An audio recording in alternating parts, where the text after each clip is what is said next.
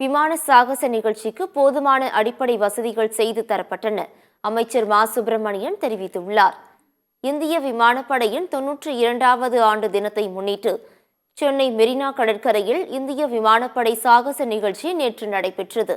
இந்த நிகழ்ச்சியை காண மெரினா கடற்கரையில் 15 லட்சத்திற்கும் அதிகமானோர் குவிந்தனர். இதனால் மெரினா கடற்கரையே திக்குமுக்காடியது. இந்த நிகழ்ச்சியை பார்க்க சென்ற 5 பேர் வாந்தி, மயக்கம் உள்ளிட்ட பல்வேறு காரணங்களால் உயிரிழந்தனர். மேலும் 100க்கும் மேற்பட்டோர் மருத்துவமனைகளில் சிகிச்சை பெற்று வருகின்றனர். விமான சாகச நிகழ்ச்சியை பார்க்க சென்றவர்களுக்கு குடிநீர், உணவு, கழிப்பிடம், போக்குவரத்து உட்பட அடிப்படை வசதிகள் போதிய அளவில் செய்யப்படவில்லை என விமர்சனங்கள் எழுந்தன. இந்த நிலையில் விமான சாகசத்துக்கு நிர்வாக ரீதியில் முழு ஒத்துழைப்பு வழங்கப்பட்டது என அமைச்சர் மா சுப்பிரமணியன் தெரிவித்துள்ளார்.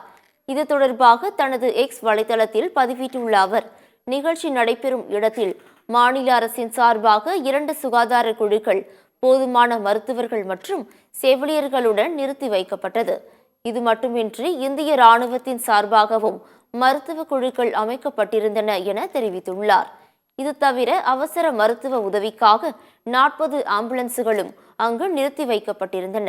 போதுமான அளவு பாராமெடிக்கல் குழுக்களும் அமைக்கப்பட்டு இருந்தன என்றும் குறிப்பிட்டுள்ளார்.